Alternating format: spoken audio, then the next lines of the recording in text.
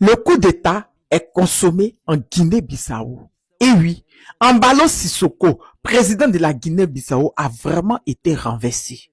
Les officiers que vous voyez là, ils se sont appelés le Haut Commandement militaire pour la restauration de l'ordre. C'est eux qui ont pris le contrôle du pays. Le général Denis Onganya a été déclaré président. Ils ont donné les raisons pour lesquelles ils ont décidé de faire ce coup d'État.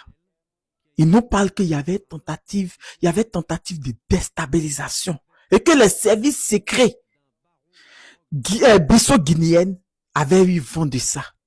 Qu'un politicien et un baron narcotrafiquant avaient décidé de trépatouiller la constitution et de déstabiliser la Guinée-Bissau. Et oui, ils nous parlent aussi d'armes. Ils nous parlent de plein de complots. Ils ont décidé, pour le moment, d'instaurer un couvre-feu, de fermer les frontières. Oui. Et ce qui les motive, moi, m'a fait un hic. Parce qu'ils disent que, profondément attachés aux valeurs de la sécurité nationale, de la paix civile, de la défense et de l'intégrité territoriale et de défense de la Guinée-Bissau, le Haut Commandement militaire pour le rétablissement de la sécurité nationale et de l'ordre public a réagi à la découverte d'un plan visant à déstabiliser la Guinée-Bissau. Oui. Ils nous disent que, ils précisent que des hommes politiques locaux et des trafiquants de drogue inconnus sont impliqués dans ce projet de déstabilisation.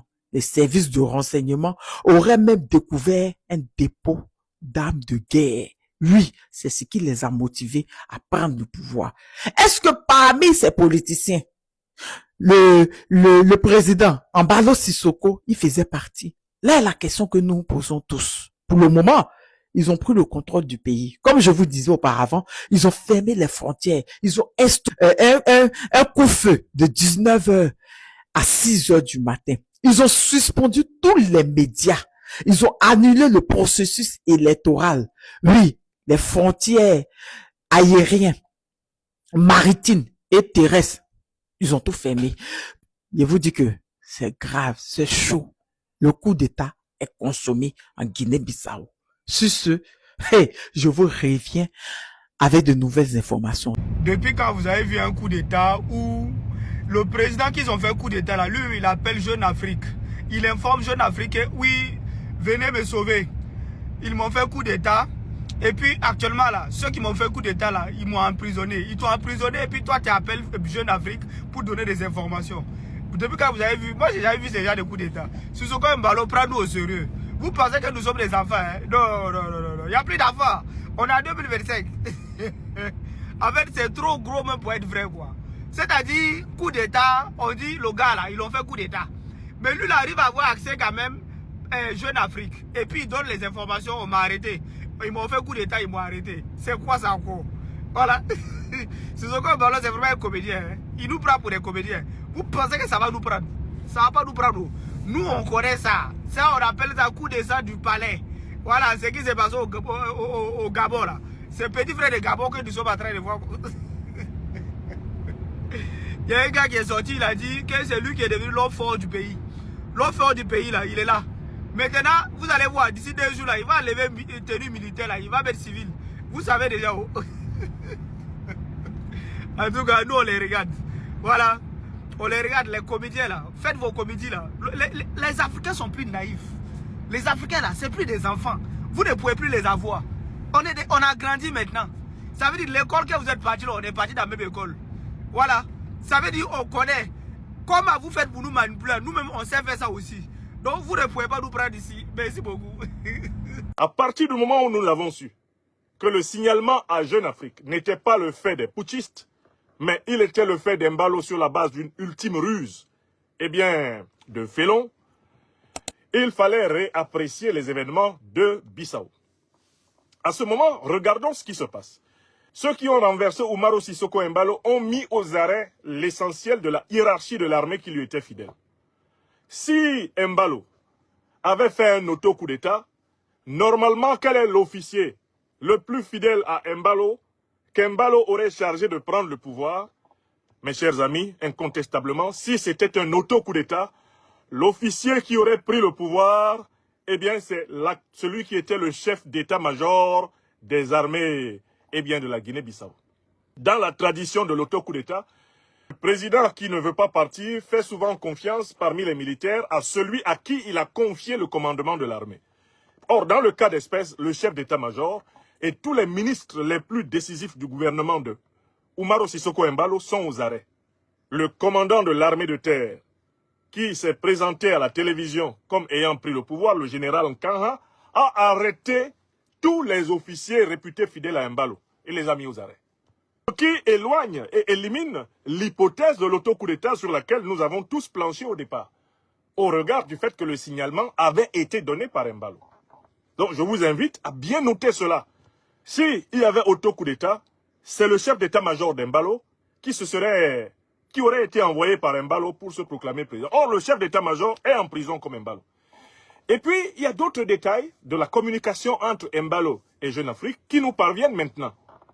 Dans cette communication, il charge Jeune Afrique de présenter les putschistes comme étant des traîtres, des ennemis de la nation. Il charge Jeune Afrique de lancer une alerte de telle façon que des puissances interviennent pour le rétablir au pouvoir. Si c'était un coup d'État fabriqué par Embalo contre lui-même, il ne demanderait pas à des puissances étrangères d'intervenir. Il ne souhaiterait pas l'intervention du néocolonialisme français, de l'impérialisme occidental. Il ne souhaiterait pas que la CEDEAO vienne à son secours. Or, le message qu'il a envoyé à Jeune Afrique appelait à une telle intervention. Ce qui élimine une fois de plus l'hypothèse de l'auto-coup d'État. Enfin, il y a un troisième argument qui élimine l'hypothèse de l'auto-coup d'État. Vous savez, le pouvoir est une chose extrêmement délicate. C'est une chose extrêmement fragile, malgré sa puissance. Aucun homme politique, aucun homme d'État véritablement constitué ne peut prendre plaisir à faire semblant d'avoir perdu le pouvoir. Même quand vous simulez un auto-coup d'État, de facto, en fait, vous détruisez votre pouvoir. Parce que vous montrez la fragilité de votre pouvoir, vous mettez en scène la vulnérabilité de votre pouvoir, même quand vous faites un auto-coup d'État. Donc, c'est jamais dans l'intérêt de quelqu'un qui veut rester au pouvoir de donner l'impression qu'on le lui a pris. Voilà déjà l'évolution de notre appréciation. Voilà pourquoi dans notre seconde sortie hier, nous avons appelé à constater que ce n'était plus l'hypothèse de l'auto-coup d'État qui était valable. Il y a bel et bien un coup d'État. Le leader montant de ce coup d'État, c'est l'ancien commandant de l'armée de terre, le général Nkanha. On saura comment l'appeler au fil des jours. Nkanha. Et il a arrêté toute la hiérarchie fidèle. Dans toute la mesure du possible, il a arrêté tous les fidèles d'Embalo dans la hiérarchie de l'armée. Cela ne plaide pas pour un auto-coup d'État d'Embalo. Le nouveau homme fort de la Guinée-Bissau, on écoute, le nouveau homme fort de la Guinée-Bissau. Et oui, comme je vous disais, les militaires qui ont pris le contrôle de la Guinée-Bissau hier ont décidé pour finir que le président de la transition soit le général Octa Ontam. Il a été investi aujourd'hui comme président de la transition au siège de l'état-major. Oui, le haut gradé a été nommé pour une période de 1 an. Je vous rappelle que c'est deux, lui et celui qui a lu le discours hier, le général Denis Onkaya, sont des proches de Embalo. Il y a des photos même où on les voit ensemble avec Embalo Embali, le fils de Ouattara. Oui.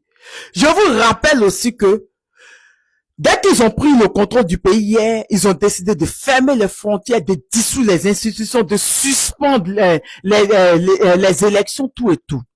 Son premier décret, dès qu'il a été nommé président de la transition, c'était de nommer un chef d'état-major. Il a nommé un chef d'état-major, il a nommé, je crois, un premier ministre, il a nommé des ministres, tout et tout. Il y a eu une cérémonie.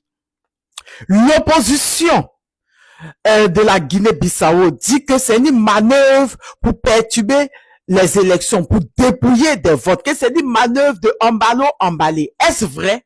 Là est la question. D'autres personnes nous disent que c'est un coup d'État du salon comme le Gabon. Est-ce vrai? Là est la question. Sur ce, les Bissau-Guinéens qui doutaient hier, qui disaient que c'était une manœuvre de Embalo Sissoko, et je leur ai dit, mais quand Embalo Sissoko faisait ses faux coups d'État, les gens partaient pas jusqu'à la télé, ne fermaient pas les frontières, ne fermaient pas les médias, tout et tout. Là maintenant, c'est consommé. Et oui, des militaires ont pris le pouvoir en Guinée-Bissau. Est-ce que ça sera contre les narcotrafiquants, comme ils l'ont dit dans les discours hier? Est-ce que c'est de ramener le pays dans la souveraineté? Beaucoup de personnes se posent des questions. Même moi. Donc, félicitations aux militaires qui ont pris le pouvoir en Guinée-Bissau. On espère que les Guinéens seront d'accord avec cette décision. Est-ce une trahison de ces deux généraux envers Embalo Sissoko? Répondez dans les commentaires.